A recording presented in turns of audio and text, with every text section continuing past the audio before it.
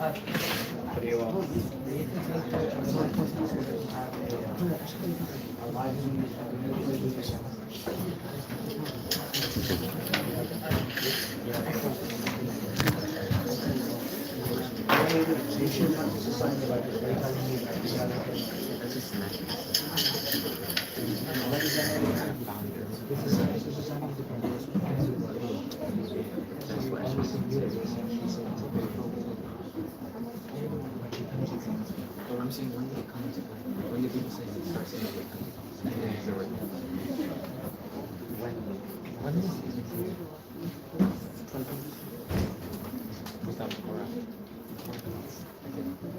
Okay, almost there.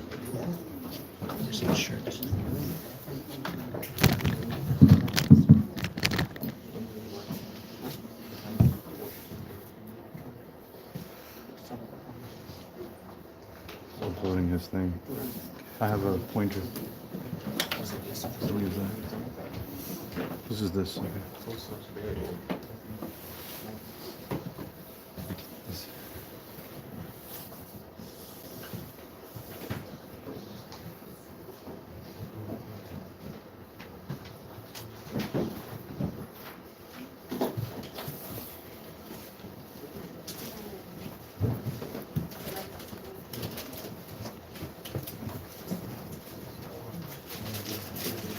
We're going to be starting in a minute. So how this is like 3 hours flat, or is there a break in between? He's asking what the schedule is for the breaks and everything. Yeah, I'm going to send it to you. You can just send it to him. This is how we have it. Break 12:55 and then 1:50. Okay. Sounds good? Yes.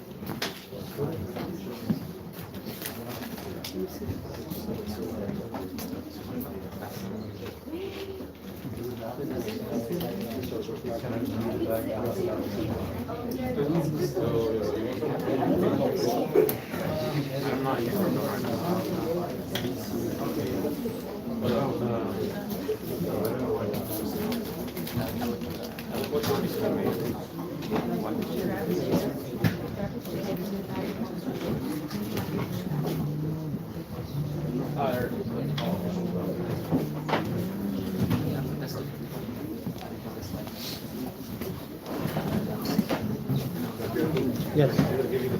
Oh, I'll get a pointer. Can you maybe just see which slide it is?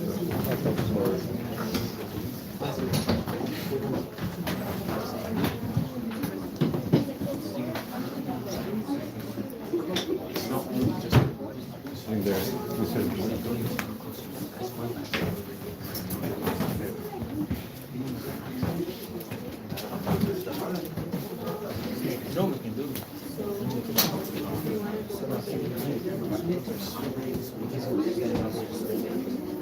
Are you going to sit? I'll sit. Yes.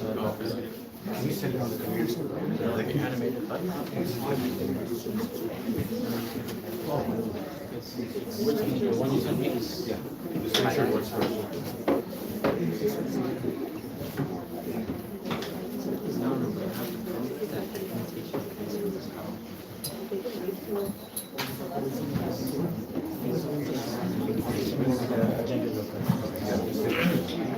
I'm just going to go over the agenda.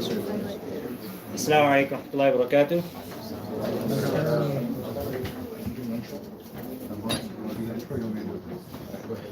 They'll go ahead and do the intro for the speaker, inshallah. I just want to go over the agenda so that everyone is aware of exactly how this program will happen. So 12:10 to 12:55 will be the first session. Thereafter, we will have a break at 12:55 to 1:05. So it will be a 10-minute break. Then we will resume at 1:05 to 1:50, which will be the second session. After the second session, we will have approximately 30-minute salah break. After salah, we will resume for the third and final session, which will be at 2:20 until 3 p.m. inshallah.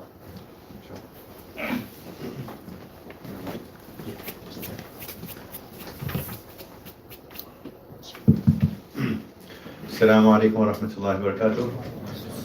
I want to welcome all of you here to your own school, alhamdulillah.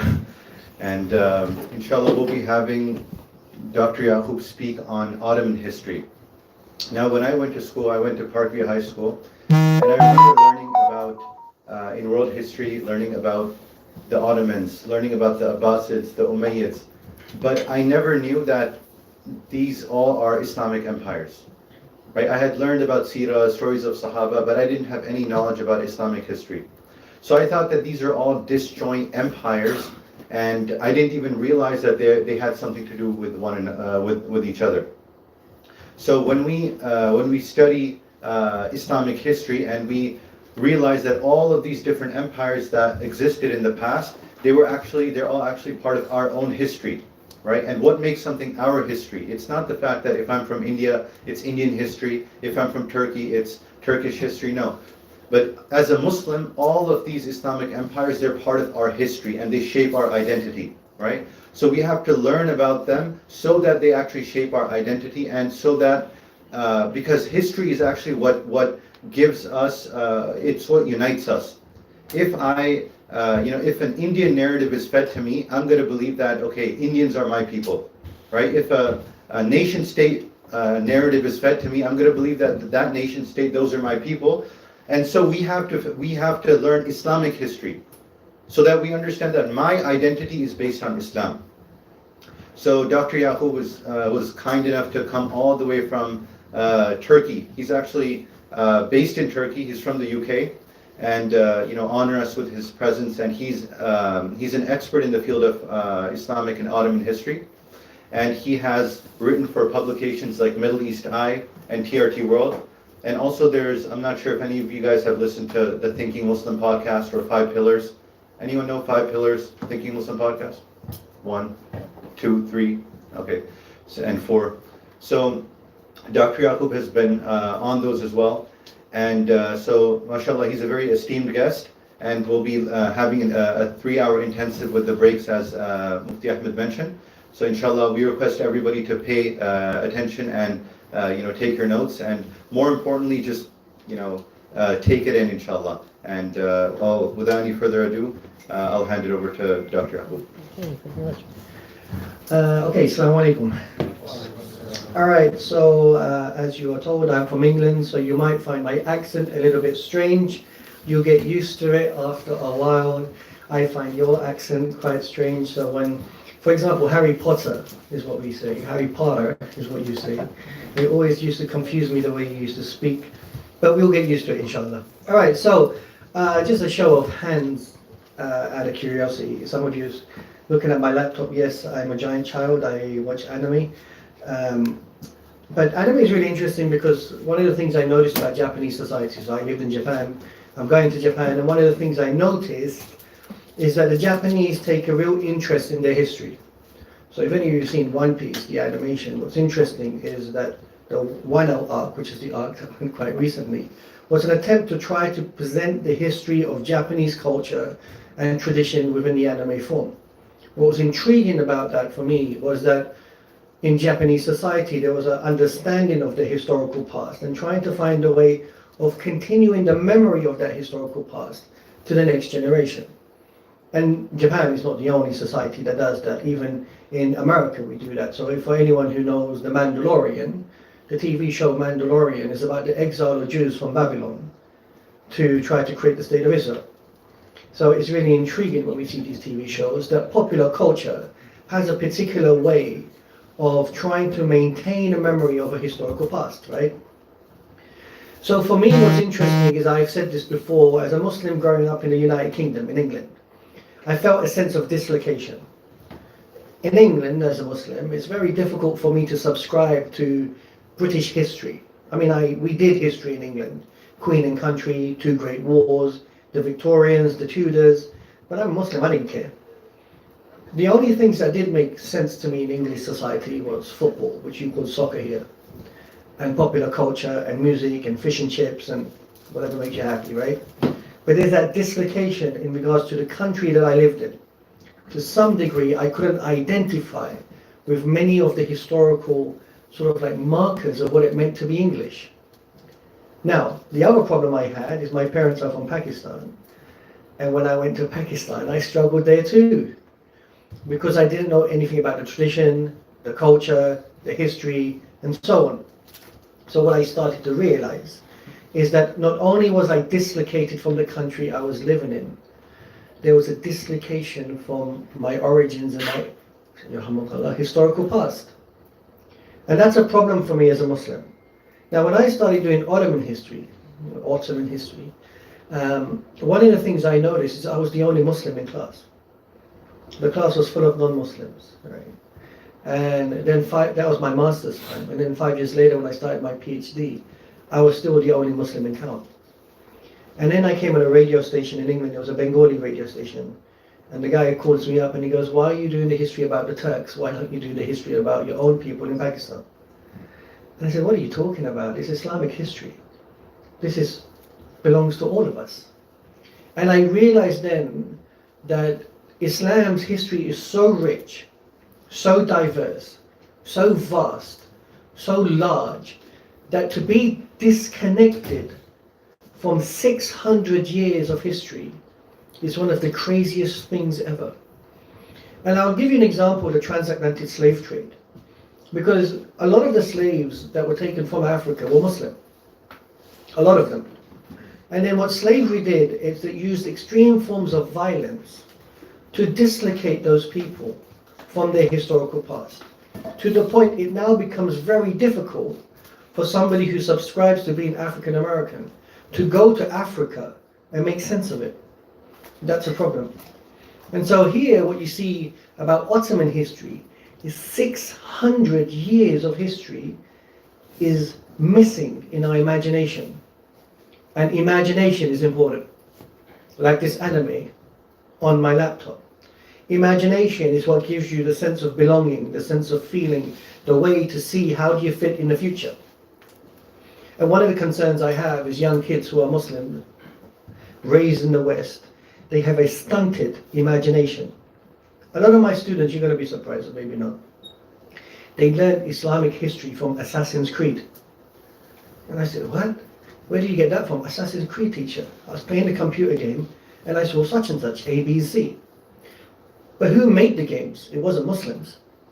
So what I started to realize is whether it's animation, whether it's computer games, whether it's storytelling or fiction or history, that in all the fields where you require an imagination, we're missing. And so what's happening is the stories about yourselves are being told to you by somebody else. And I'll say this quite openly right now. Never, ever, ever allow someone to tell you what it means to be Muslim. Don't allow someone to tell you who you are, who you were, and who you ought to be. That's for you to do that. It's for you to decide who you are.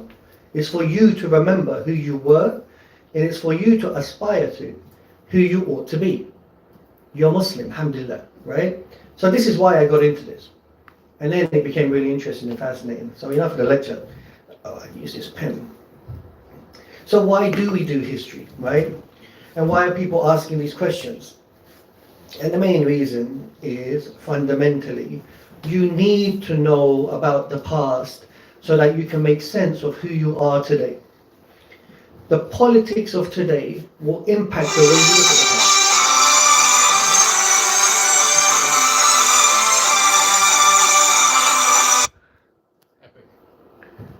It's a live feed moment. Yeah. It's so good. So, what do I mean by the politics of today will impact the past? Whenever people ask me, "Can you tell me this about Ottomans? Can you tell me that about Ottomans? Can you tell me this about Islam?" They're not interested in the past. It's about how they feel today. I feel a particular way like this right now, and then in the past, did we do this? So what you learn is the questions you're asking about the past are not actually about the past. It's about you right now, right? So people ask me this question all the time. When you teach history, can you teach history to give us pride in the Islamic past? I said, that's an incorrect question. It's not about the past. You don't have pride in yourself right now. You need to change it. And then when you look at the past, you feel a lot better about it. Anyway, so because we have that sense of distance, that's part of the problem. I'm going to give you this chart here. I'm using my laptop and this. And this is just a general icebreaker before we start the real Ottoman history in terms of how we learn knowledge. Knowledge is not value-free, it's value-laden. What I mean by that is that it's never independent, okay? Alright, play musical chairs. And one of the things that I want you to understand is that all knowledge comes from a particular aqidah, a creed.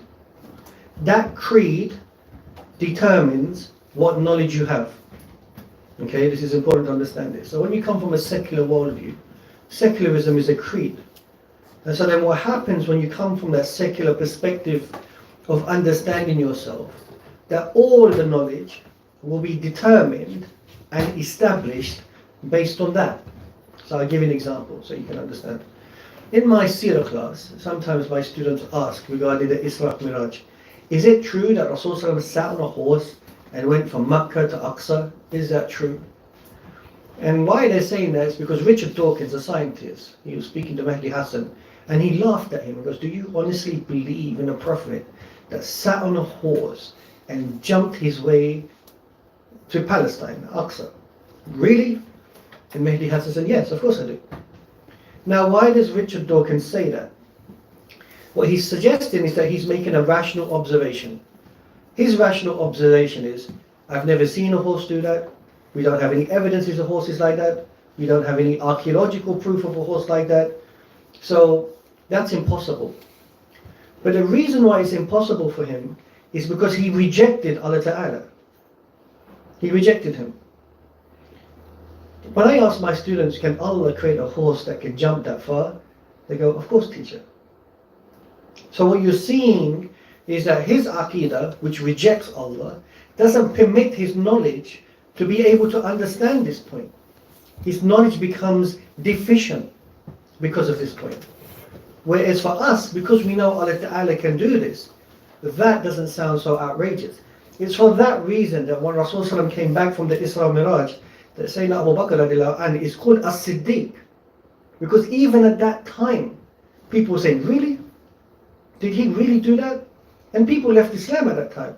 And Abu Bakr radiallahu anhu said, if Rasulullah said it, then it happened. It was an issue of aqidah, creed. This is important. Your creed shapes your knowledge. So I'll give another example. What it means to be human. For us as Muslims, we believe that there is a Khaliq, a creator, and then there's the created things, the makhluk.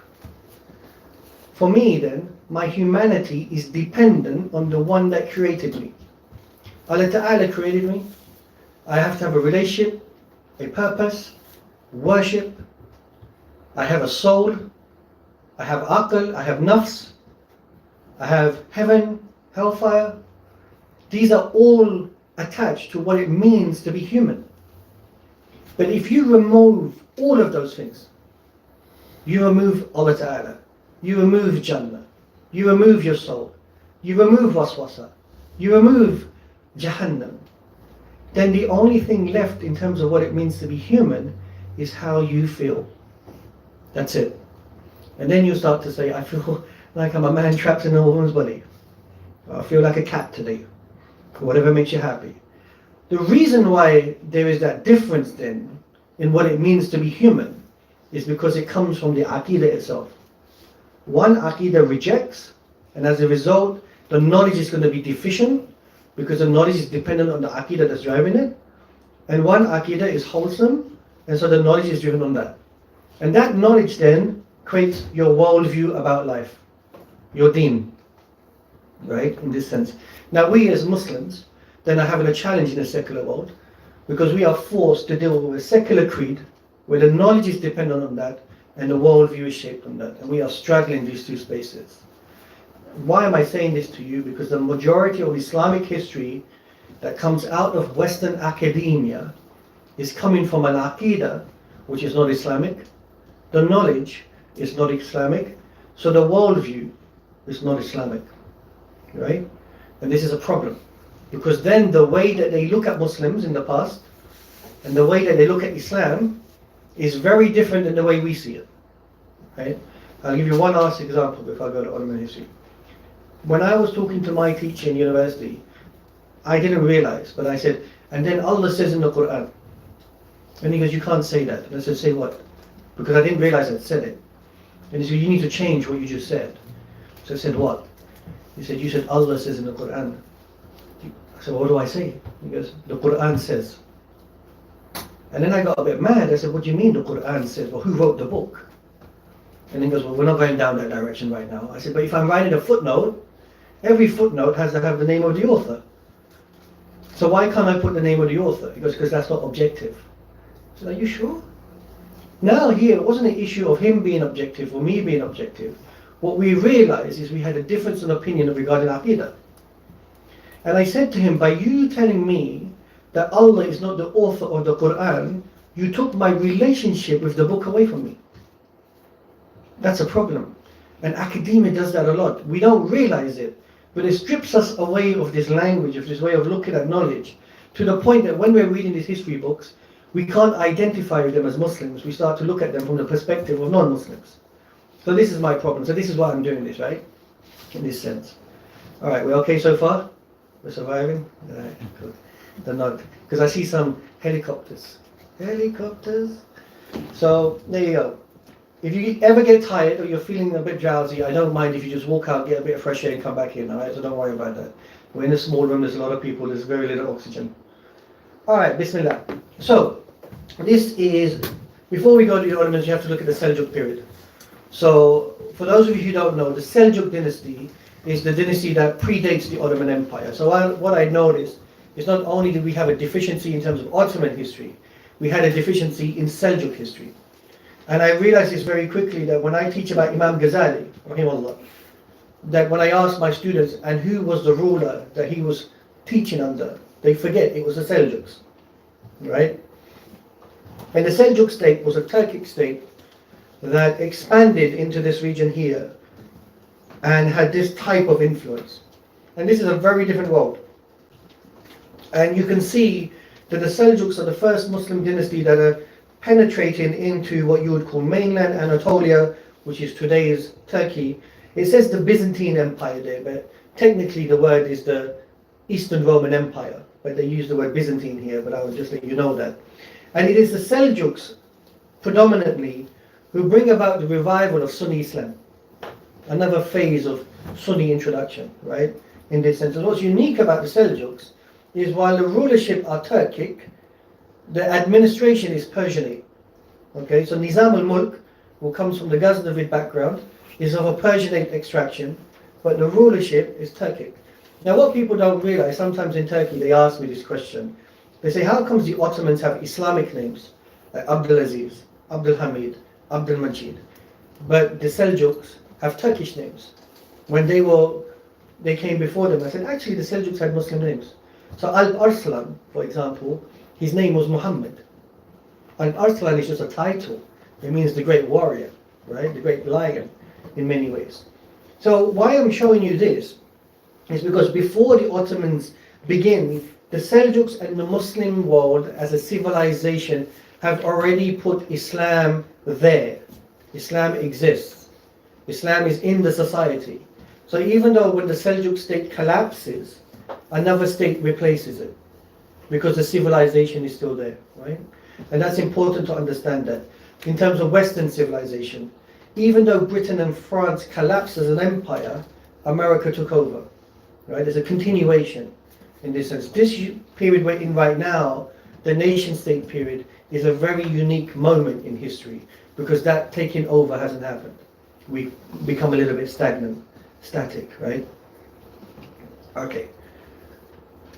So these are the Seljuks, and they were the protectors of the Caliphate. And I just thought I'd give you a little bit of picture, a wonderful beard and hair that they have. So let's do this. Before we do that, this is Ertugrul and Osman Ghazi. Everyone's smiling. Okay, I'm going to break your hearts a little bit. It's not real. I'm so sorry. It's like WWE. It's like John Cena. You just can't see it, right? It's a TV show. Remember that. It's a TV show. It's a great TV show. But it is a TV show to some degree, right? And in the TV show, what's important about Ertugrul as a TV show is that what they're trying to do is help you be attached to an idea, a mythology of what these people might have been like. In that sense, there is a truism there, that these people were brave, these people were loyal, these people were fighters. But the everyday stories of endless killing, that didn't necessarily happen, right? But what's important in this sense is the writers understood, and this is why I was talking to you about anime and so forth, and this is, Ertugrul is our equivalent of anime to some degree, is that you can sometimes speak more truth in fiction than you can in reality, right? This is why I'm explaining this to you, right? Sometimes when you have this creative license, you can get past ideas in ways that you will not imagine, right? And so this is what they were trying to do fundamentally here, all right? There was a man called Ertugrul. He did exist, by the way. He did exist. It's not that he didn't exist, but the information we have on him is limited. And I'll give you an example. When you do Seerah of Rasul Sallam, in the beginning part of the Seerah, there's a lot of time skipping because he was a young child. And when he was a young child, he wasn't famous. So people were not writing information down about him. But once you start to get to Wahi, and then Medina, and then Badr, and Uhud, and so forth, the more people that are meeting Rasul Sallam, the more people are documented about him, the more information you have about him, right? Ertugrul Ghazi would not have been famous, so then as a result, not a lot of people wrote about him. But when the Ottomans come about, they become famous. And because they become famous, we have more information about that. So that's basically what's happening. Let's go back. Inshallah, my hair used to look like that once when I was young. Then you get older, and yeah, now people come to Turkey for hair transplants. Inshallah. Full circle. Okay, so this is what the world looked like after the Mongol invasion. Okay, so I showed you the map with the Seljuks, and now we see an absolute decimation and these little states of Turkic states. We call this is like an interregnum moment, meaning a pause moment, a moment where a large empire has become a lot smaller. And the reason why I'm trying to show you this map now is because at one time we were connected, then a war happened, constant pounding, we became disconnected and smaller. The civilization is still connected, but the governance is independent. It's very similar to the nation states we have today. So this is not the first time in Islamic history where we become little small countries competing with each other and not being unified. It's happened before. But then what happens is gradually in Islamic civilization, this disunity, you can't maintain it. It's not sustainable because the civilization is so deeply ingrained, right? And so this is actually what you're looking at in terms of the various different types of Turkic states that come about. And here, these Turkic states, they're competing with each other in many ways, for land, for resources, and so forth. This is written in Turkish, unfortunately, guys. So, you know. Okay, let me show you something else now. So this is Osman Ghazi. And these are later paintings of him. Inshallah, when I get older, my beard will be like his on the left. But what's interesting about Osman Ghazi is we actually have very little information about him. What's probably happened is his son Orhan Ghazi, who became prominent, named the dynasty after his father. Okay, and in that sense, we have a coin that says Orhan Ghazi, son of Osman Ghazi, son of Ertugrul Ghazi, and that's how we know a person called Ertugrul existed, right? But it's Osman and Orhan who are the ones who are actually doing the expansion at this time. There's a chair at the front. You want to see it? There you go. Hey, come over, don't worry. It's not the walk of shame. Okay, now one of the unique things, go for it, you have a question? Was Osman's tribe a nomadic tribe? It was a nomadic tribe, so the brother, I'm getting a lot of this lately, which is the brother asked a very good question. And for those of you who didn't hear, he asked that was the Osman's tribe a nomadic tribe? Now what does that mean to be a nomadic tribe? It means it wasn't a sultanate, it wasn't a kingship, it was a tribe in many ways, and it was the Kaya tribe. But what's interesting about this Kaya tribe at that time, it wasn't that popular or famous, okay, in many ways. Now with the TV show, everyone's wearing Kaya rings and so forth, as if it was the Ottoman Empire. I mean, this is what I find really interesting. The Ottomans were an empire. The Kaya tribe is a small tribe, but still we have these imaginations of this wonderful Kaya tribe because that's what television can do. And Osman Ghazi, and the word Ghazi, the English term is warrior, but it's not. A Ghazi is not a warrior. A Ghazi is a military leader who's opening land for the spreading of Islam. Okay? I want you to understand this because language is really important in the way that we internalize things in many ways. So the ghazl, the notion of the ghazl, is not that we're just going to war to fight and to win. The idea of ghazl is to remove obstacles so that Islam can spread easily in this way, right? In many ways. All right. And Osman Ghazi, what's interesting about this is he had a dream. And this dream might be a legend, it might be true, but this dream narrative is very important to the idea of the Ottoman Empire. Osman Ghazi has a dream where the moon goes into his chest and a tree grows out of it, which has many leaves and rivers and so forth. And he was told by his sheikh that this will be the beginning of your empire and you will have a long lineage. Now some people say this dream is not true. Other people say this dream is true. Why am I teaching you about the dream?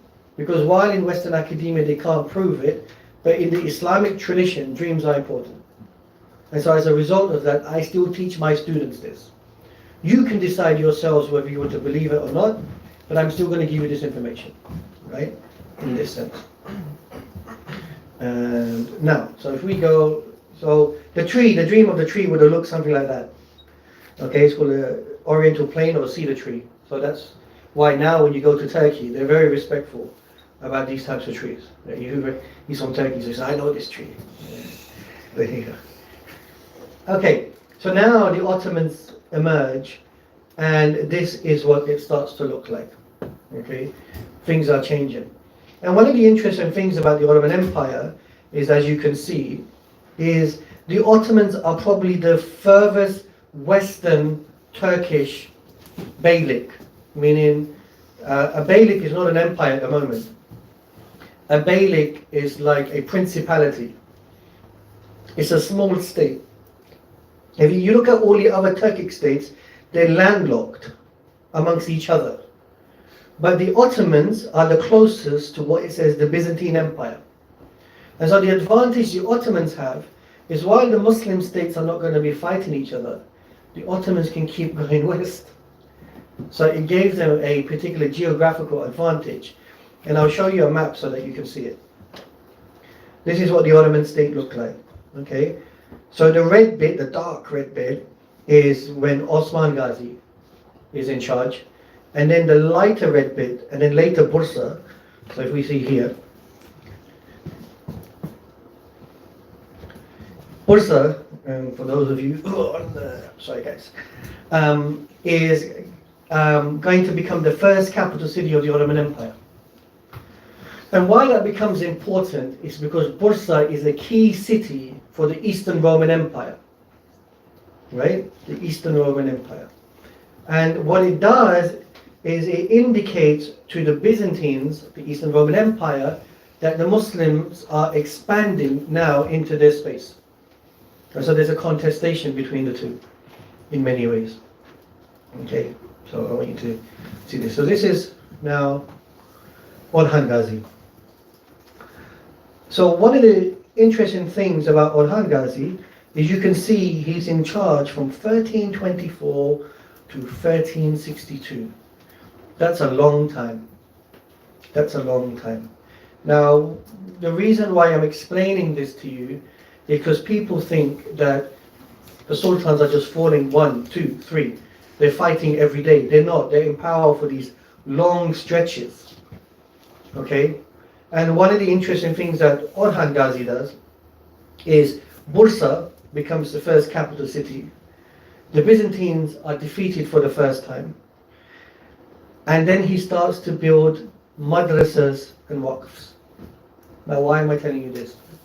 Because a lot of the early Ottoman historians made the argument that the Ottomans, the early Ottomans, were not proper Muslims. Right? That these were somehow pseudo-Muslims, paganists, maybe Alawis perhaps, but they weren't Orthodox Sunni Muslims. And so in the Greek sources, the name of Osman Ghazi is written as Ataman, A-T-A-M-A-N, Ataman. And so the assumption is, you see, if his name is Ataman, it means he's not Muslim, and that he was called Osman later. And there's a problem here.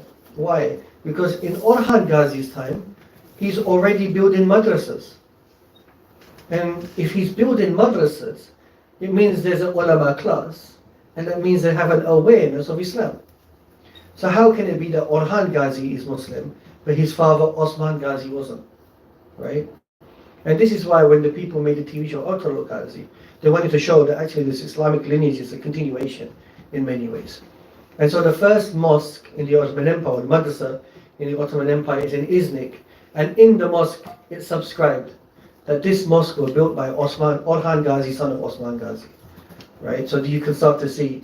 And this is why I say to you guys, if you go to Turkey and so forth, to see the buildings, the architecture, don't just go and pray. Go in, take photos, look around. These buildings are rich with history. In some ways, Islam was saved in Turkey because of the masajids. Those masajids are huge monsters. You couldn't remove them. They were everywhere. You couldn't extract Islam out in many ways. And what he does is he marries a Byzantine princess. Right? And Ibn Battuta, the famous North African traveler, he sees Orhan Ghazi's devlet, and he makes this famous quote, which is, Orhan is the greatest of Turkmen kings and the richest in wealth, land and military forces. So he starts to realize, okay, wow, you know, the Ottomans are different than the other Turkic states in that sense, right? All right. Now the next picture, this is interesting, is Murad Khudavandigar. As if you can see, 1362 to 1389. Okay, Murad Khudavandigar. Khudavandigar means the one who was chosen by Allah, in that sense. And what Murad Khudavandigar does, in many ways, is his state starts off to become like this. He expands very quickly, right? And what he does is very unique, is he goes into the Balkans. So he's going into Christian territory, into the Balkans, defeating the Balkans. And for the first time, we see an establishment of a new system. It's called the Devshirme system. The Devshirme. So what is the Devshirme system? And I'll explain. The Devshirme system was, if you became defeated by the Ottomans, then if you surrendered to the Ottomans would leave you alone. Okay?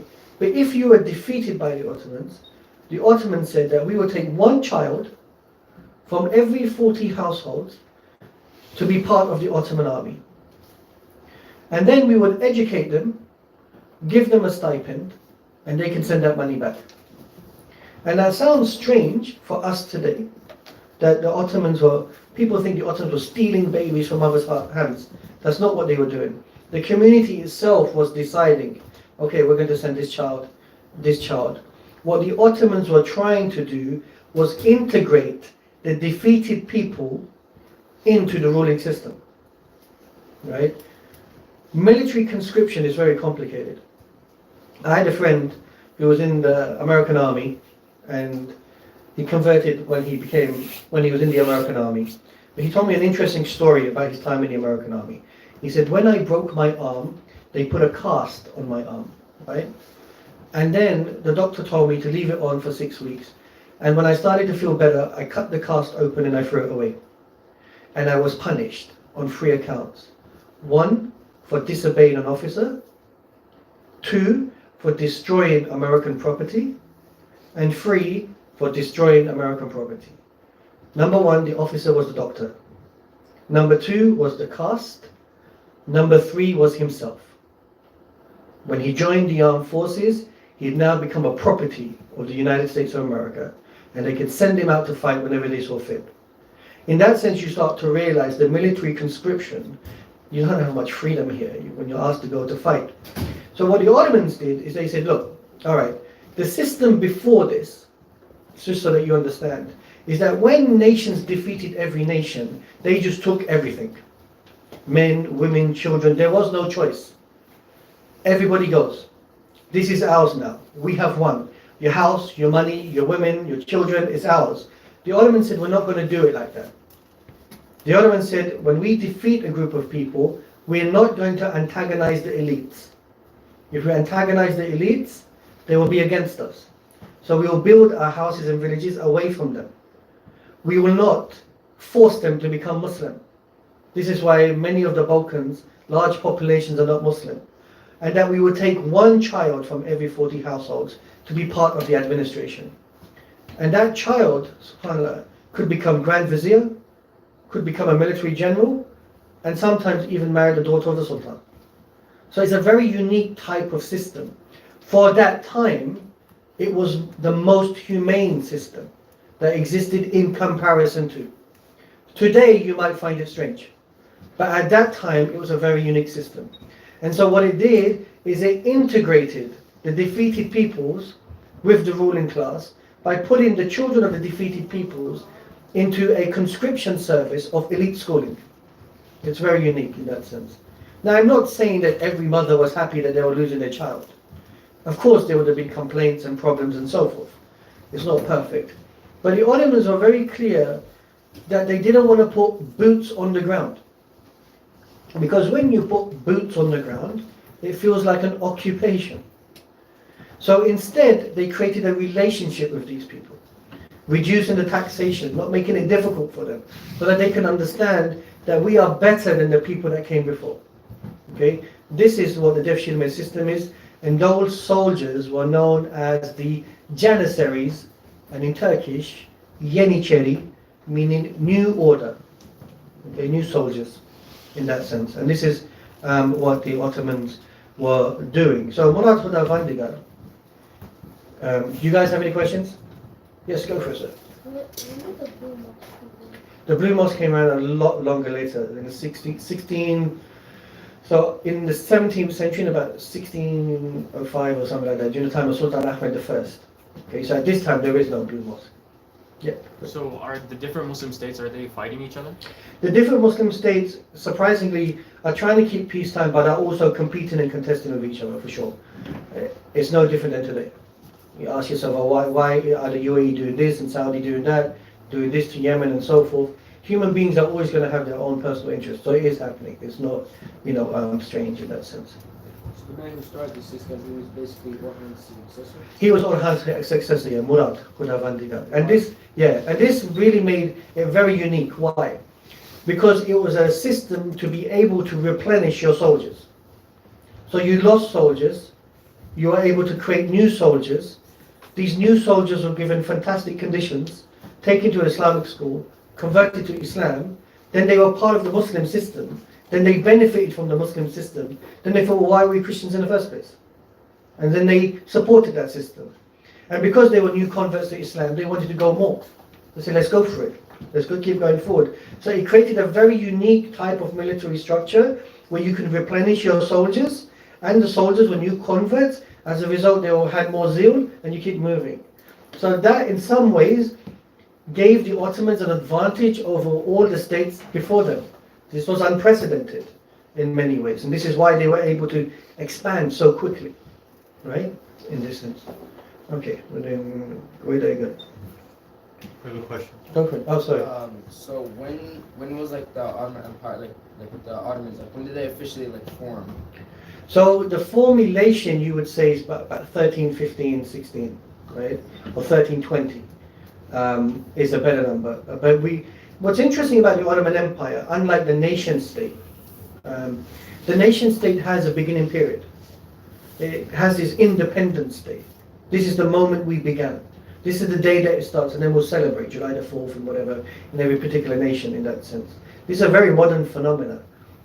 Historically, people didn't do that. They didn't say this is the day we started, right? So one of the interesting things is, when did the transition from Ertuğrul Gazi, Kaya tribe, to Osman Gazi's Ottoman state begin? We really don't know that blurred period. What we do know is that Orhan Gazi, the second son, the first son, so the second one in charge, consolidates an idea of what it means to be Ottoman, and that's clearer to see, right, in that sense. This is why many Ottoman historians don't emphasize on the beginning. But what do? They emphasize on that story of Osman's dream. That this is an idea that the Ottomans had an imagination of a beginning. And not only of a beginning, or of an end, an imagination that we're going to continue going forward in this sense, right? Any other questions? No? Well, you guys are good, but you're just paying attention. Alhamdulillah. Okay, let's do this one here, the Battle of Kosovo. So Murat Vandigar was killed in the Battle of Kosovo. And it's very interesting the way he was killed, because the Ottomans defeated the Serbs at the Battle of Kosovo, but a soldier who pretended to convert to Islam stabs him. And so Murat dies, and then what they do is they had to make a choice, and they buried Murat's body in Kosovo, and it created a unique change in the Ottoman Empire. But let me show you Murat's empire so that you can see. This is now the expansion of the Ottoman Empire, and you can see it's going into the Balkans. And can you see that light blue section which says Constantinople? That is what's left of the Byzantine Empire. So the Ottomans are going around the Byzantines. They're going around them. They're trapping them in. And the rest of Anatolia is Muslim anyway, right? So there is an imagination that now the Muslims are coming. Why is this? I'll tell you why this is interesting for me. In England, we had this thing called Brexit, which is Britain was going to exit Europe. And the far right in England were putting up posters that if we don't Brexit, the Turks are coming. Now, Muslims who were born in England didn't understand that, but the white folk did. They had this imagination from the Ottoman Empire that the Muslims are coming, the Turks are coming. What's interesting is, for a very long time, the word Turk meant Muslim. They were synonymous. So if you go to South America and they use the word Al-Turco, those are Arabs that came from the Ottoman Empire, but they call them Turks.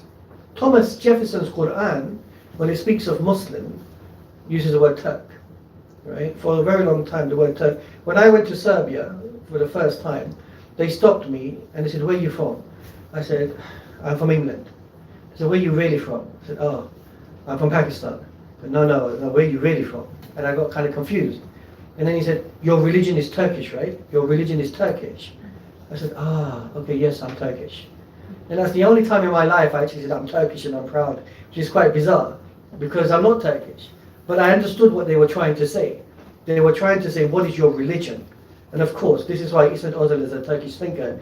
He says, every Turk is a Muslim in some ways, because this is what he's trying to evoke in many ways. How much time do I have? We're ending now? Okay, just a few more questions and then I'll end it. So is there any questions right now? Yes? I was just going to add to that. If you go, like I recently did a trip to Greece. Yeah.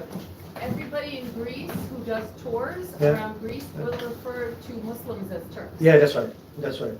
Yeah, and that's the synonymous word here in that sense, and it's really fascinating in many ways. I mean, I was telling some people today, they don't know, but a few days ago, the Statue of Liberty was built by the Ottoman Empire. So the Ottomans commissioned the Statue of Liberty to be sent to Egypt. Then the seven on the statue are supposed to be the Khalifa's rule of the seven seas. And it was supposed to be sent to Cairo, but the ulama complained, what is this monstrosity that you send it to us? Get it out of here. So then the French didn't send it to the Ottomans had paid for it, and then the French found their ways of giving it to the gift to the Americans, and then we have it in New York. So Ottoman history can be quite fascinating at times. There you go. All right. Okay, now that we have that on video, what I'll say is we're going to give you guys a break and we'll come back for the next session, inshallah.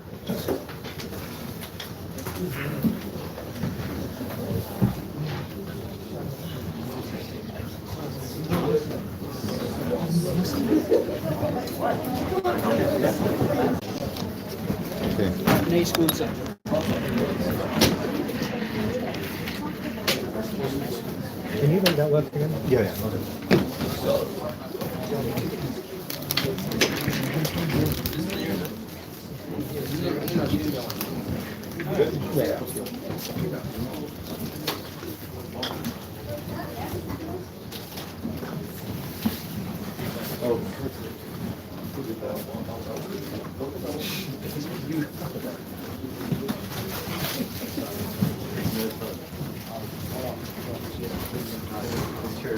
You got a picture?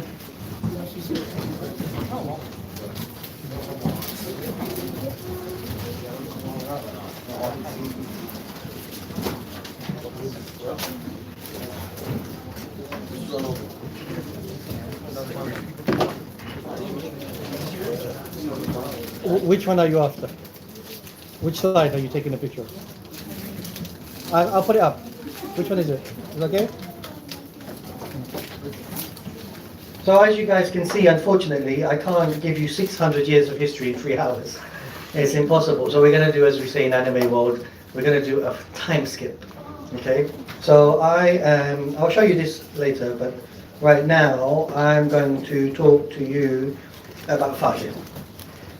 Okay, so Fatih is the Sultan where the Ottoman Empire becomes empire. Okay? A transition from a small beylik, the word beylik meaning principality, to empire proper.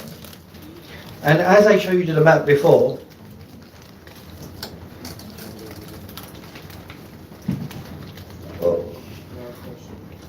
is Constantinople was now surrounded by Muslims and the Ottomans. And there is an interregnum that happens in a civil war and so forth, but then Fatih unifies the empire and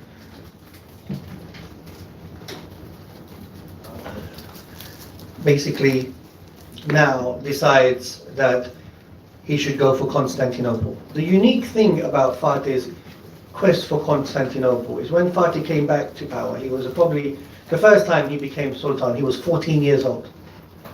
And there was a particular problem where some people felt that he was too young. They wanted his father to be on a military expedition, and so they forced his father, who had abdicated for the first time, to come back to power, and for Fatih to step down. And that sort of frustrated Fatih a little bit. Now when Fatih comes back to power at the age of 19, so it's kind of phenomenal. People in Turkey say this all the time to their young boys. You're playing PlayStation and Fatih conquered Istanbul at 19. Like, what are you doing, right? And we laugh. And then they go, yeah, but it was a different time, Dad. Now what's intriguing about Fatih's conquest of Constantinople, between the ages of probably 19 to 21, is that Fatih believed that they should conquer Constantinople. One, because of the religion of Islam, and two, because the straits where trade takes place, the Byzantines or the Eastern Roman Empire were controlling that trade route. And you will understand and realize now, if we talk about the Houthis in Yemen, is that when you block trade from the sea, because trade is quicker by sea than it is by land, it becomes really problematic. So the Ottomans, who are surrounding the Byzantines, are unable to trade freely because of this lock that's there in the center, right? That's one thing. But the second thing is, obviously, clearly, it's for religious reasons, for Dawah and the extension of Islam and Islam's presence. So Fatih decides that we're going to go and try to conquer Constantinople. But Halil Pasha, his Grand Vizier, who was the advisor of his father, was against the idea. He said, this is a mistake. Leave it alone. We tried before, it didn't work. The Byzantines were there before, the Byzantines will always be here. Let it be. What's interesting here is it was Fatih and a group of Muslim converts from the Balkan provinces who said, no, let's go. Let's do this. And it was a young generation of fighters, by the way, who had this zeal and gumption to say, we should try. So the previous generation, which always is the case, is why are you upsetting the apple cart? Let it be quiet, know your role, we don't want trouble. The next generation is going to forget that, we're going to go for it. And so they go for it. And one of the first things that they do, and I'll come back to this picture in a second. Yes, Suleiman, by the way, where they go? Here. Okay, is they need to find a way of trying to get into the back end of the Golden Horn. So I'll give you an example. So this is where Fatih's ships are, and he's bombing this area here, but he can't get, he needs to get here. He can't get in. Because every time he comes here, there's a boom chain. A boom chain is a chain that you pull in the sea, and when a wooden ship hits it, it sinks.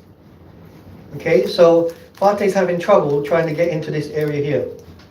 So they have ships here, they have ships here, but they need to get in here. So what do? They take their ships and they carry them over to get to this side. Now, one of the interesting things about this move by Fatih is Fatih did a lot of exceptional moves, by the way. The first thing he did is he built a bridge, okay, to get from one side to another. The second thing, he built a fort, okay. The third thing, he decided to use the cannon. The cannon was actually offered to the Byzantines. So Fatih didn't invent the cannon. The cannon was invented by a Hungarian technician. He brought it to the Byzantines. They said, we're not interested. And Fatih said, okay, I'll try it. Give me the cannon. And then what did Fatih do? He basically took the ships into the wall and he carried them over hill and to the other side. That, in today's day and age, that sounds crazy. Okay, and the way they did it is they had the ships and they had logs of wood, which they would put one in front of the other, grease them up, and then take the back log, put it in the front, roll it up. Take the back log, roll it up, and have ropes and pull the ship over. People died, by the way, trying to do that. But what's phenomenal here, I guess, in Fatih's quest for Constantinople was his desire for absolute risk. Absolute risk. He was willing to risk it. As a young generation and so forth, he was a risk taker. He wasn't a person who was in the status quo.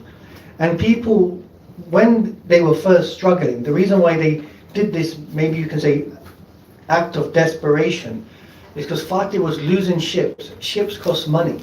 They're expensive. And then the naval officers were saying, this was a mistake. What are you doing? You messed up. And then people were saying, Halil Pasha, I told you so. That this was never going to work. This was too expensive. And it was Fatih's, Akshab Saddin, his spiritual advisor.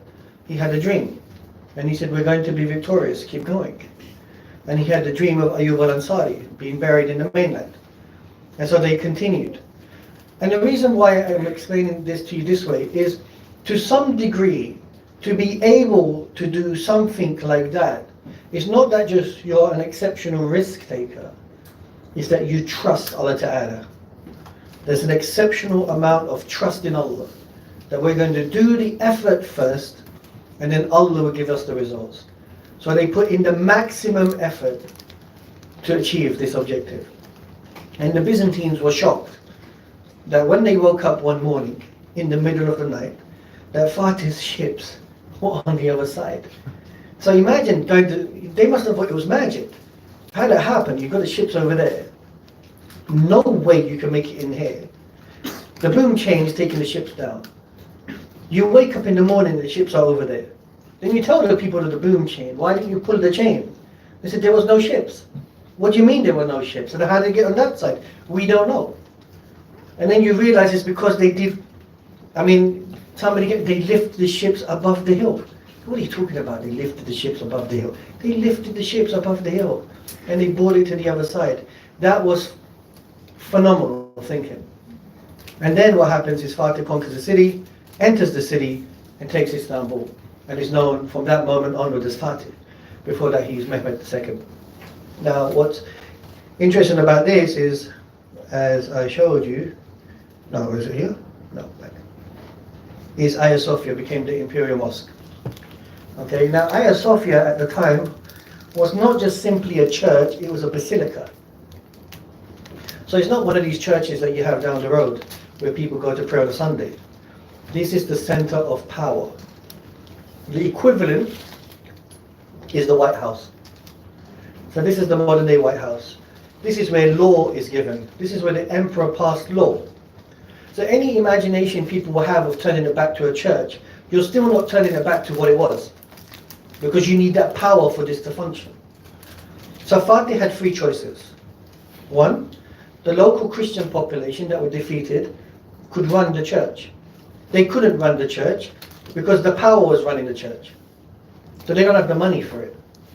Okay. Two, we can allow foreign Christians to run the church. But they are enemies of the Ottoman Empire. You're not going to allow, it's like allowing Muslims to run, whatever in this part of the world. It's not going to happen, right? So then what he said is, I'll take it. It belongs to me. And as it's an empty building, because you can't use it anymore, we're going to turn it into a masjid. And that was the thought process is this. And it's not only this mosque that they did that to, there was many others, churches that became mosques and then they started building masajids. But what happened to the Christian patriarchy? Fatih said to the Christian patriarchy is, look, you've lost the church, you've lost your power, but I'll tell you what we will do. My empire is larger than yours. Remember Constantinople was this tiny? Fatih's empire is the whole of Anatolia and the Balkans. He goes, I will allow you to live peacefully throughout the domains. And that if you need to build buildings and structures throughout the domains, I will allow you to do so. That was a trade-off they were okay with. So whereas today people are losing their minds that we lost the building and so forth. But in actuality, this was a trade Fatih made. Now, in the modern period, when this, we spoke about this yesterday, you weren't here, but the Turkish Republic then turned this masjid, which was a masjid for 500 years, into a museum. Because they said, we're not going to make it a church, we are not going to be a mosque, we're going to be neutral. It's going to be a museum. The museum is not neutral, by the way. It's not a neutral space. It's a secular space. And secularism is still value loaded. So the Turkish Republic, when they turned it back into the mosque, were responding to them turning it into a museum. They're not responding to the idea that it was a church, because it hasn't been used as a church for 500 years. So it was bizarre for me to hear Muslims in the United States of America go, turn it back into a church. And it was even weirder when Muslims were saying, we would rather it be a museum than a masjid. It's just crazy, as far as I'm concerned. So Fatih's conquest of Istanbul changed everything. The Ottomans are now an empire. For the first time in Islamic history, Muslims have defeated a center of Christendom. It hadn't happened before. Not the defeat of a center of Christendom. This was monumental, even though it's true that the Eastern Roman Empire was not at its peak. But nonetheless, this is unprecedented. And this sent shockwaves into Europe. This is why they say the Turks are coming, in this sense, right? And Fatih becomes the imperial enforcer. And Fatih is in power for 30 years, by the way. It's a very long time. And one of the things that Fatih then does is he invites the Christians back into the city. He said, where are you going? I'm not asking you to leave. I'm going to take care of you. Come back into the city. We need your skills. We need you to live here. And so forth. So he invites them back. He gives them incentives. Okay, a lot of the architects were still Christian in many ways. He says, okay, come, let's do this. So it's really interesting in terms of state building. And then the idea that there is a need to Islamize the city, to give an Islamic component. The idea that it's going to be like Damascus, Cairo, Baghdad, and so forth. So Fatih goes on this campaign of architectural spaces that gives you an idea that this was an imperial Muslim city, right? Now Fatih could continue to be a nomadic ruler, but the people of the region would no longer accept him as one. So this is why Fatih could no longer be nomadic. The people had expected him now to be the imperial ruler. So he becomes that. And he builds masajids, Fatih Jami being one of them. And in Fatih's time, one of the most interesting phenomena is the building of madrasas increased tenfold. Because once you became an empire, you now need to have education, you now need to have legal structures, you now need to have administration, and the way you do that is you have to build very quickly. So then he builds across the board. And so a lot of madrasas and masjids and institutions are built in Fatih's period, and this is why Fatih is famous for being an institutional builder in many ways, right? All right, any questions? Yes, sir. When you said that after they freed Constantinople, afterward they became an empire, whereas before they were... They were the principality. So then the conquest of, let's say, Bursa or Inangol, like, were they not as central to the Christians in... They were important to, I mean, when they conquer Bursa for particularly, yes, that is the Byzantines get concerned in that sense, but they're still not an empire yet. They don't have that imperial status. But here, once they conquer Constantinople, because Constantinople was a reflection of empire already. So it now starts to, it becomes part of that, right? It's like Washington for the US. Basically, exactly. And one of the interesting things about Muslim history, in terms of expansionism and colonialism, is Muslims historically have always tried to integrate. It's an integration policy, right? And you'll see this with Palestine and Aqsa, that whenever we've gone there, we've integrated rather than colonized. When the Romans came, they colonized. When the Crusaders came, they colonized. When the Zionists came, they colonized from the outside, but Islam never did that. When Islam goes, it integrates it.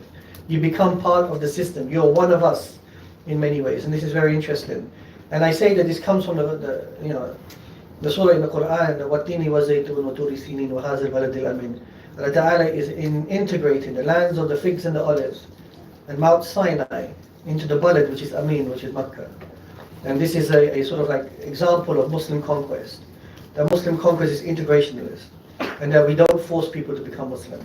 We just ask them to live under Islam, right? And so this is what's happening here. Yes? Was there like any revolution that was like close to like taking Constantinople? Great again? The Byzantine. Yeah.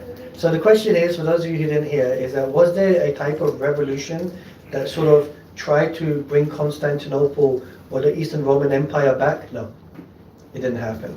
And the main reason why it didn't happen is there was no real power to make that happen. But also, once the population started to recognize the benevolence of Fatih as a ruler, they recognized that, okay, the everyday average person is not ideological. They just want to live a normal life.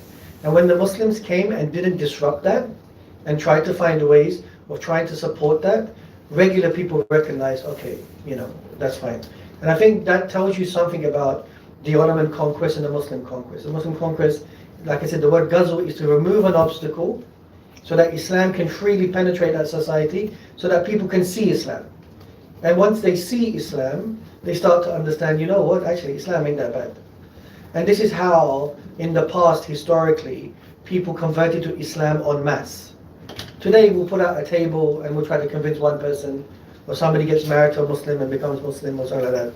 But in those days, people were converted in their hundreds. A whole village, everybody would just become Muslim. Because you would create conditions where they could see Islam and understand it, right? This is what's happening in this period right here, right now. This is why, many of the ulama afterwards said about Muslims living in Muslim countries. But we'll go to that another time. All right, so after Fatih, we have Sultan Selim, which is, I've done a little skip, who's known as Selim the Grim. Okay, and it's a really sad picture of Selim being grim in many ways. And Selim's really interesting. Why? Because it's in Selim's period that the Ottomans become a Khilafah. Okay? They become a Khilafah in many ways. One of the problems Selim had is during his reign of the Ottomans, in many ways, there starts to be some level of disruption from the Safavids, which is the Iranian state, the Shia state, and they were a Turkic Shia state, of propaganda campaign within Anatolia, which is today's Turkey. And this sort of like propaganda of the Kizilbash, they call them, the Red Hats, okay, of promoting Shiism, was creating problems for the Sunni Ottoman Empire. So Selim decides that we're going to remove the Kizilbash, and we're going to have to deal with the outside Safavid threat. Once he deals with the outside Safavid threat, one of the problems that Selim recognizes is that the Mamluks, the traditional Mamluk Empire, is being problematic in not supporting the Ottomans. And the concern Selim had is that this Mamluki state is working and operating in a way to undermine our authority. So we need to do something about it. They're not supporting us. We feel like they're okay if the enemy is defeating us. We're going to have to do something about that. So Selim decides that it's an interesting fatwa that a supporter of a non-Muslim is a non-Muslim. Right? That's the fatwa that they got. That the Mamluks are supporting the Safavids, not by directly supporting them, but by not supporting us. Bizarrely. And so they get this fatwa. Yeah. You said that during Sultan Selim's time, Yeah. It went from being an empire to a khilafah. Yeah. So what kind of changes did they have to make for that transition to happen? So this is what I'm getting to right now. So now what happens is they take the army and they go down south and they defeat the Mamluks in Bilad Sham, right, in 1516. And they absolutely trounced the Mamluks. And one of the ways they trounced the Mamluks is they had superior weaponry, right? And military technology makes a huge difference. The Mamluks are running around, bows and arrows on their horses, and the Ottomans are coming with tanks and stuff and just blowing them out of the water. So the Mamluks just had no chance. And one of the things that you notice is then in 15, 16, 17, Aqsa becomes part of the Ottoman Empire. And so Selim goes to Aqsa, he prays, and then he says, we move on. Went down to Cairo and defeated the Mamluks. And once he defeated the Mamluks domains are now part of the Ottoman Empire. Real quick, nothing's real quick. How do you justify attacking another Muslim nation? So as I said, the way he justified it was by saying that because the Mamluks were perceived as supporting the Safavids, who are perceived as being non-Muslim, then supporters of that. So it sounds bizarre. It's like how some ulama would make the idea that the UAE, that's supporting the state of Israel, can be perceived as an enemy of Islam. These are what some people would put out there as an opinion, right? And this is not new. I'm just putting this out there to help you understand that there will be ulama who will continuously find ways of. It requires a particular understanding of political reality. And this is how Selim sort of justified it. But what Selim is actually trying to do is not eradicate the people. He's trying to remove a particular authority. And once he comes down and he defeats the Mamluks, he says, okay, we're done now. It's time for me to go. But what he does is interesting, is he puts the Khalifa under house arrest. Now, it seems like that Selim is aware that he does not want to be seen like the Mongol invaders. That the Mongols came, they trashed Baghdad, they moved on.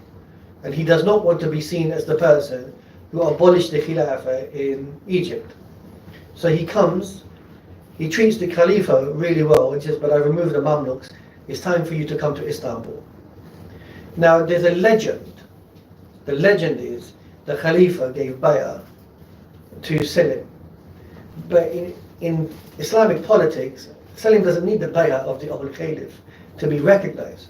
What he needs is the recognition of the people. So he takes to Istanbul. But Selim never declares his Khalifa, by the way. He never declares it openly. He never says, I am the new Khalifa, I am Amir al-Mu'mineen. He just goes, this is the Ottoman Empire. But what you realize is now in the Ottoman Empire you have Mecca, Medina, Aqsa, Istanbul, the Balkans. He's the most powerful Muslim in the world. And he continues the policies, the education, the legal structures and so on. So there seems to be an understanding that a transition has happened, but we're not going to declare it openly because of decorum.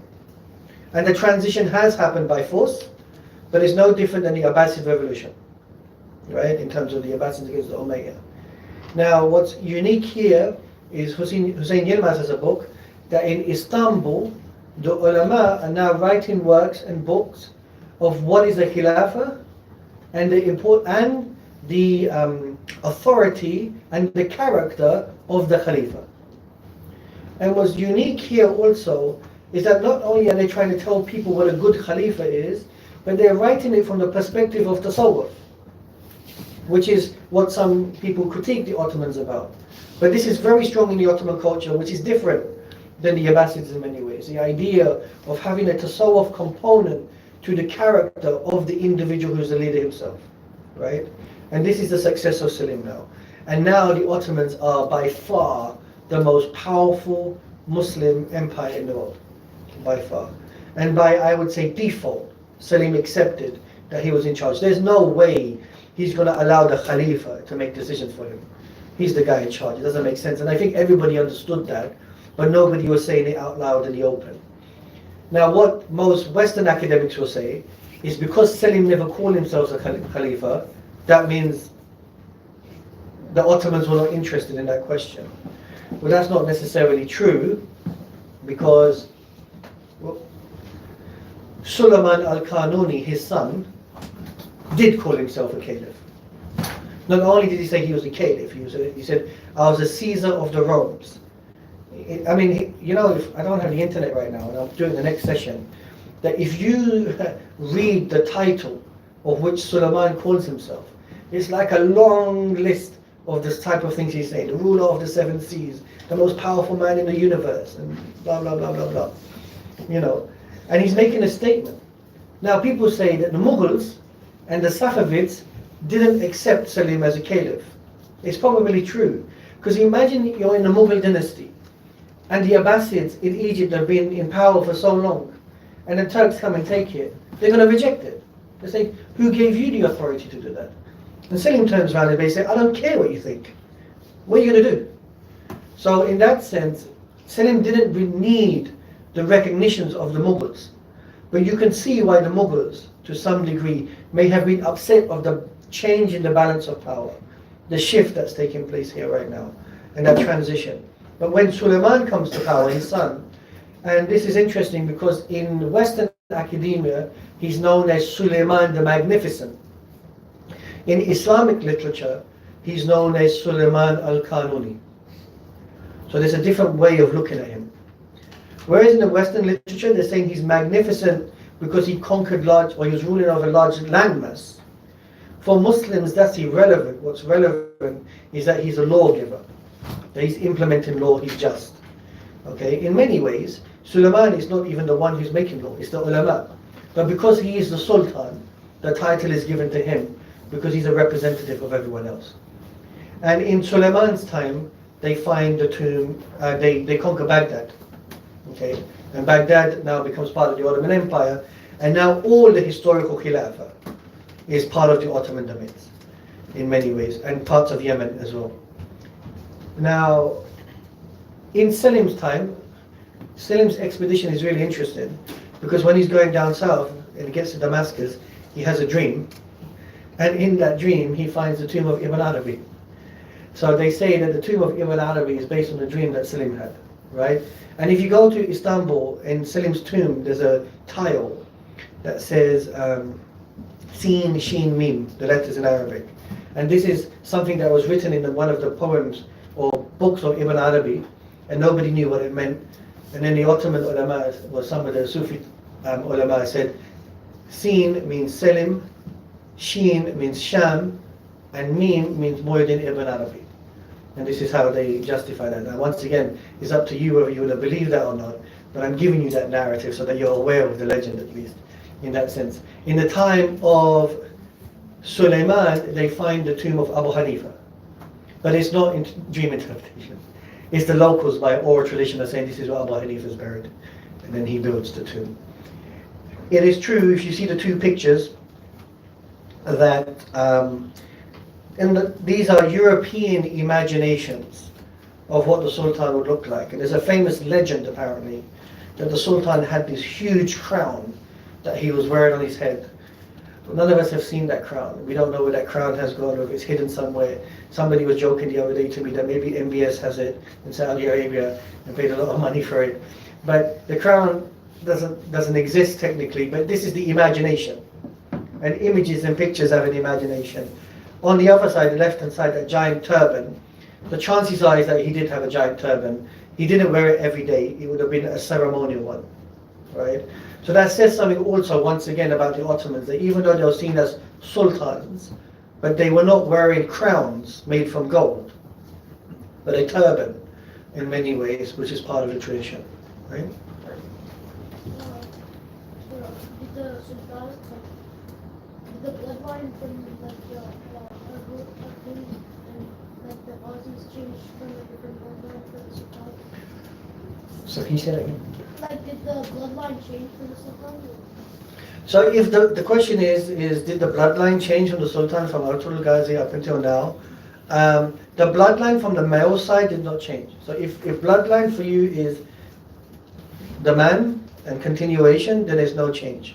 If the bloodline for you is in terms of women, then they were marrying women from all sorts of places. But here, what you see, what's interesting, is before, in the time prior to Fatih, when the Ottomans were getting married, they would marry princesses of Christian entities as a way of creating connections. There were political marriages, get married to them and so forth. By the time we get to Suleiman, that can't happen anymore. There are no princesses left in the Ottoman domains to marry. So they started to marry women who were slaves. The reason why they were marrying women who were slaves is because women who were slaves did not have a lineage or an uncle or a father or a brother that can contest Ottoman authority, right? So then you don't have another male lineage that would come after the Ottoman Empire to say, I am in charge now. So that transition from Ottoman to non-Ottoman couldn't happen. And then obviously the policy was that they could have as many daughters as possible, but the minute they have a son, they stop. So if your wife has the first child is a son, that's it. You can't have any more children with that person. But if your wife is having 4 daughters, 5 daughters, and then has a son, you stop when you have the son. And the idea is to minimize the contestation between sons, but at the same time you require a lineage for your son so that they can continue the empire. And the marriages in the Ottoman Empire were not done for love. They were purely designed for lineage to continue the empire. They're very political marriages in this way. Now, the idea of the harem, which is people talk about, was this: that because the Ottoman Sultan couldn't walk down the street and say, I want to marry that lady, right? And he didn't have families to go to say, I want to marry that person.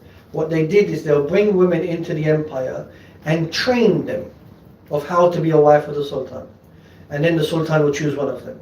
And the other women that he did not get married to, they would work in service. They would become maids, cleaners, and so forth. So that was the idea, and that was the option available to them. So in many ways, you have to understand that when these sultans are living in palaces, they're not palaces per se, they're glorified prisons. Because they can't go out, can't do anything. And so that's what's actually happening. Yes? Is it true that the turbans, there was like a Sufi aspect with that they were signifying coffins, or not coffins, the shroud? Yeah, so there is, some people have made the argument that the turbans are an indication of a particular shroud. When you go to any Ottoman Sultan's tomb, you'll see the ayat of Quran that every person will taste death and so forth. And the Ottomans are very strong in this culture. And this is very unique. I'll give you an example. When I went on the Hajj with my mother, I had a towel as a, ihram, and then I just left it behind and went home. My mum went mad that why did you not have a proper ihram? So why not? Because in her tradition, when you die, you cover yourself in the ihram that you went on Hajj with. So what are you doing? So in that sense, there's a lot of symbolism in Islam in regards to turbans and ihram and so forth. I heard somewhere that the turbans weren't actually as exaggerated. I heard like later European painters, that they would exaggerate the turbans. Yeah. So that is true that the Europeans would exaggerate them. But when you go to some of the tombs, you see these giant turbans as well. And that's why I said these will probably have been ceremonial for about 5 minutes, just like when I'm taking pictures with the students. And for 2 minutes I stand like that and then we move out. So this would have been a 5-minute thing of putting the big turban on and there's the Sultan and then taking it off and then giving them something more reasonable to wear. But you're right, the European paintings were always exaggerating in some shape or form to that degree. Alright, any other questions? Why was the Selim called the Grim? The reason he was grim actually. So the reason why Selim is known as being Selim the Grim is because he was a very strict type of ruler. He was no nonsense, whenever he felt something was an obstacle in the way of the Ottoman Empire, he just took it out. And this is known in the case of Selim, that he was just very focused. Selim was the first Sultan who tried to force, well he did, he forced his father to abdicate. When his father was in charge, he would say to his dad, look, the Safavids are coming, they're annoying us, you're doing nothing. And his father said, look, we have diplomatic relations with it, leave it. He's like, if you don't step down, then I'm going to take you out. So he said, you're getting old now. And you've got to understand that in Islamic history, rulers don't leave until they die. So they just stay in power. And Selim is going, listen, you know, you've had your lot, step down. And his father said no, and then Selim garrisoned the city. So then his father had to step down, Selim comes to power. And so when you look at Selim's move like this, Selim's movement towards the Mamluks, Selim's defeat of the Safavids, you're thinking, whoa, what's going on here? But Selim was a really hardcore person. And then later on in history, he's celebrated by Ottomans. Yeah, and even, you know, some people, they spin that like, okay, look how bad he was with his father. Yeah. But you could also write it as he cared so much for the Ummah that he felt, you know, from his side that my father's not doing enough and we could lose everything. Yeah, a lot of historians are saying exactly that, you know, so if those of you at the back who couldn't hear it, the question was, you know, there is an idea that some people put a spin on and say, Selim, you know, was selfish, he didn't care, and look what he's doing to his father. But in actuality, Selim cared so much about the state and the Ummah that he was frustrated that his father as a leader had become deficient. And it's very hard to give up power. I mean, in many societies in the Muslim world, fathers won't pass over their businesses to their son. And the son is waiting and waiting and waiting, and then they give it to them when they're old, but it's too late now. The son's like, I've got a wife and kids and I'm working in tech. So you can start to see, right, that in Selim's case, this is exactly what's happening. But it's empire, right? It's empire. And he's saying, hey, Dad, come on, what are you doing? So this is what we see. And who was it was Sultan Suleiman, who was always in jihad, basically. So Sultan Suleiman consistently is in, yeah. And he, I think, set up his son before, like he would rule while he would be in Ghazal, right? No, that was Selim. Oh, okay. So Selim, so the interesting thing about Selim is that Selim was always on the Ghazal and his son Suleiman was alive. And when Selim died, he only had one son, which was Suleiman. So there was no contestation. And he had trained Suleiman. In fact, when Fatih was alive, Suleiman was a young kid. So they had seen a particular type of culture from Fatih onwards. And some historians make the argument that Selim's move down south for the Mamluks was already part of the Ottoman imagination since the time of Fatih, that they were aware of this. Because, okay, so we have Fatih, Bayezid, Selim, Suleiman. And Bayezid, when he comes to power, his brother Jem goes to the Mamluks and tries to delegitimize the Sultan by saying the Khalifa said I should be in charge. So it's in the Ottoman imagination that this down south Mamluk is a problem. What's even more interesting is during Fatih's time, the ulama from the Mamluki areas were coming to study in Istanbul. So Fatih had created conditions for the ulama that you can go backwards and forwards as much as you want. You're going to study in Istanbul, come and we will take care of you. So Fatih had already created these conditions. And the reason why I'm saying that is because then when Selim conquers, there's no rebellion against him. Because they're already going backwards and forwards. There's already an interaction and so forth. So the Ottomans have Fatih, his thought process is very political and interesting in that sense. So they had that level of foresight. Anything else? No? In a way, he did not, like his father didn't step down until very late. His father didn't step down until it was very late. It was very old and throw, yeah. But he set his son up from the very beginning. He set his son up from the very beginning, yeah. His son was a governor of one of the most powerful provinces. So in this time, what the Ottomans would do is they would put their son in the center of governance so that they can learn.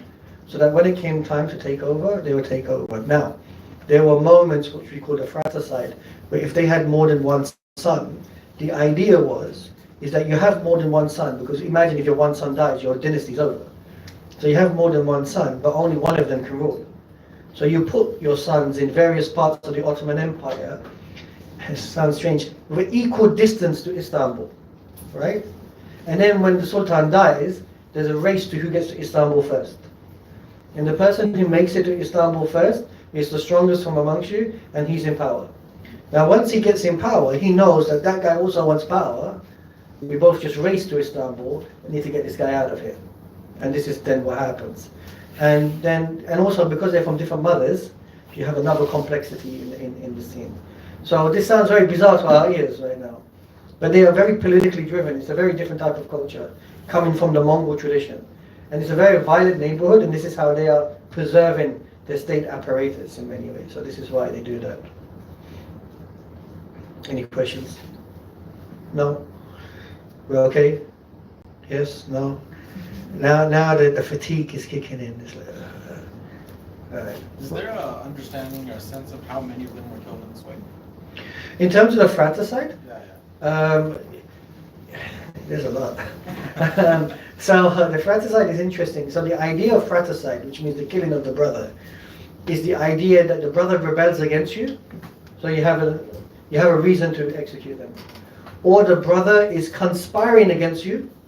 So maybe the reason what will happen is this: it's not that the brother is conspiring against you; it's that this empire is full of factions, and one faction, for example, may tell the Democrats that we don't want Biden, but we want Clinton, right?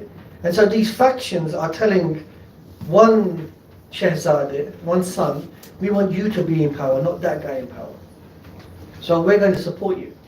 And then if we quickly get to Istanbul before him, then we will rule the empire in this way. And then the other son is being told something else. So it's actually a way, because the empire is full of factions, that once you make it to Istanbul and you're the one that's been chosen, the other factions, they shut up. They say, we want the elections. And so now the Republicans have to suck it up for the next 5 years. So this is exactly what's happening in a similar way, which is you make it to Istanbul first, you lost, take it easy, pipe down. This was the game we played, but as a result of it now, he's going to have to pay a price for it. Because if he doesn't, then you guys will conspire to remove me from power. And as a result of it, that's what happens. And as I said, because you stayed in power till you died, right? So it's either he's going to conspire later. So it was a direct rebellion, the possibility of conspiring against you, and then the more extreme one, which is you were thinking about it. And how would you know someone's thinking about it? You just don't, right? So later on, some of the Sultan started to use this thinking about it one. And during the time of Mehmed III and Murad III, they took out, between the two of them, about 25 brothers. Some of them were children. And the ulama just lost their minds. They said, what, even society, what are you doing? And that is not a continuation of the Ottomans. That's a reflection of that particular period. That particular period, there was a huge extremity that happened there. And so we have that situation. And then from that moment onwards, they said, we're never doing this again. And so then Sultan Ahmed, the Blue Mosque Sultan Ahmed, when he comes to power, he's 15 years old. He's 15. And then we have another type of complexity. But the fratricide is complicated in that sense, because each fratricide that happened didn't happen in the same way. There were different reasons in localized and independent conditions. But each one of them is a culture of fratricide, unfortunately. And just the nature of power is such that it's never going to be neat and clean. Yeah. Right? So it has to play out one way or the other. Yes, I mean, and this is the thing I'm trying to explain to you. That in this period of time, it comes from a very violent Mongol tradition. And the world is a world where everyone has swords and armies and weapons. So you have to find ways of using force to maintain your authority. Because if you don't, it's really interesting that, and I see this in Turkey today, that if you are seen as being weak, you're going to be removed straight away. So being apologetic, even if you've made a mistake, is wrong, because if you do it, they're going to see you as weak. So it's a different type of culture and a different way of understanding politics. So this is why they had to maintain it like that. Yeah. What time is it? 1:50. When are you praying? 2. 2. So we're okay. Oh yeah, of course you go ahead. Was there any other tower that was opposed, was strong enough to go against the Ottomans? Not at this moment in time. Only maybe the Safavids, but not at this moment in time. You have a question?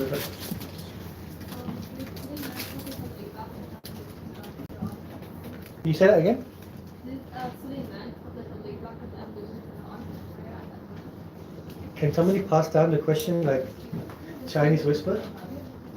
Oh, you're gonna stand. Sorry. Did Suleiman have like a laid back You can pass the mic now. You give her the mic. Sorry. It's not you, it's me. It really is. Did he? I didn't get the second bit. Hey, what? Back in the evolution. What does that mean?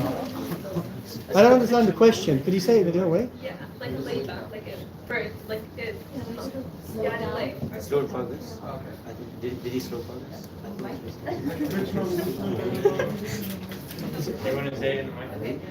Did Suleiman cause like a delay in the evolution of the Ottoman Empire? Oh, okay, delay. So is that what you mean when you say laid back? Is that what that means?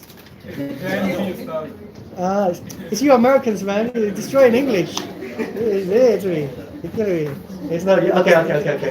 I get your question. I said she's stressed out. She's like, "What are you doing to me? You're killing me right now." I'm really sorry. That's on me. Okay, my English is not my strongest point. So, what's interesting about Suleiman's conditions is by the empire becoming so large in the Suleymaniya period, they reach their zenith point, right? And then what happens is when they go to Austria to conquer parts of the Austrians, they couldn't do it, and they said, we'll come back later. Anyway, when you have an empire that large, and you can't consolidate authority and so forth, and the authority is based on a charismatic leader, when that charismatic leader goes, it becomes very difficult for the next person to take over. So you guys might not know this, but I support Liverpool as a football team in England. And the manager of Liverpool is Jurgen Klopp, who's a very charismatic leader. And people are freaking out that what would happen after Klopp, right? Because if you don't have that same level of charisma, the players are not going to take him seriously. So the problem in Suleiman's period is that because, and this tells you something about political thought, is that when you have a charismatic leader, if you don't have another charismatic leader that follows, you're going to have a situation. In the case of the Ottomans, the next leader is going to be his son. In the case of, let's just say, Rasul Sallam, it was the Sahaba. So you had a group of people who you could choose from. When Sayyidina Abu Bakr died, you have Omar and so forth. But if it's your family, how do you raise a charismatic son? How do you do that? It's a lot harder to do. So when Suleiman was dying, one of the mistakes Suleiman made is he had his son Mustafa killed. So Mustafa, who was his son, there was a belief that, okay, so Suleiman has more than one wife. And Mahidevran has a son called Mustafa. And Mustafa is seen as the most competent son. The son who knows how to rule the empire. But Hurrem Sultan, who was Suleiman's favorite wife, had 3 sons. One of them being Selim and Bayezid and Jihangir. And she wanted her son Selim to be in charge. So what she did is she convinced Suleiman that Mustafa is trying to take you out of power. This is Selim II. Yeah. Mustafa is trying to take you out of power in the way that your father took your grandfather out of power. So Suleiman goes, what? So then they had him executed. Okay? And once you execute your competent son, and then you're only left with the other son, then you have a situation, right? And then this other son had huge problems in trying to continue the dynasty and whatnot. And that starts to create a particular problem area. But it's not just this political situation. The other problem area is the empire had just become so large, so quickly, that to try to create infrastructure that can regulate all of that becomes very hard. So when Suleiman dies and a new person comes to power, people in the periphery started to think maybe we can test something else here. Maybe we can get some independence and freedom. And then this is where you start to get the problem areas. And so one of the things you notice of why the Ottoman sultans were so strong in their authority is because if they weren't, then people in society would try to test how strong they were to see whether we can get some sort of freedom from that. So that's what happened. Is that okay? You sure? Good stuff. Did rule ever pass to a nephew in their... No. It passed to, when Sultan Ahmed dies, Sultan Ahmed I, it passes to his brother. But it doesn't, so there is a shift afterwards. When that extreme fratricide is stopped, that it goes from brother rather than son. But Sultan Abdulaziz I, in the latter period of the Ottoman Empire, he tries to ask the ulama that can he choose his son to be next in line of succession. They said you can't do that. You can't choose your son to be next in line. They have to figure it out themselves. And this is the interesting thing. So why were the Ottomans doing this? In the Abbasid period, in parts of the Umayyad period, they would say, I will be in power, then my son will be in power, and then he will be in power. The Ottomans didn't have that type of system. They had, it sounds strange, a meritocracy. Whoever made it first, he deserves to be in power, because this is a dangerous neighborhood. So this is the policy they had. That's why it went that way, to some degree. Yeah. Did the ulama justify the fratricides? The ulama legitimized some of the fratricides, yes. So the idea that there could be a rebellion against Istanbul, they justified that.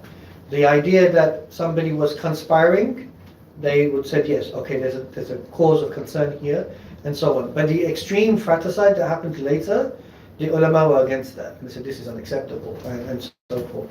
And so this is why then it stops. And one of the things you'll see in Islamic history is whenever Muslims have gone to a particular extreme, society has always reined them back in. So the extremity is not for a very long time. So you can have one ruler or two rulers who are crazy, but it's not systematically crazy, at least. Yeah. Is that it? 150. Yeah.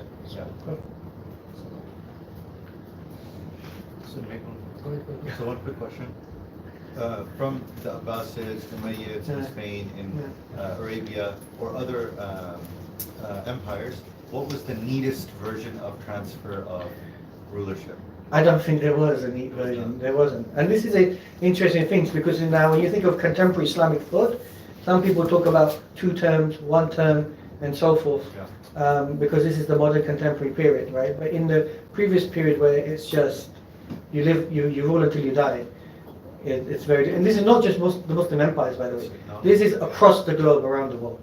This is everyone's doing this. Yeah. In a way, if it's going to be dirty anyways, it might as well be the best. Yeah, that's right. That's right. Okay. Well, it's time for Salah, and I'll see you later. Boys, just stay seated. Girls, inshallah, go ahead and head out. And we will come back. I'm going to send you the second slides. Oh, it's a different one? Yeah.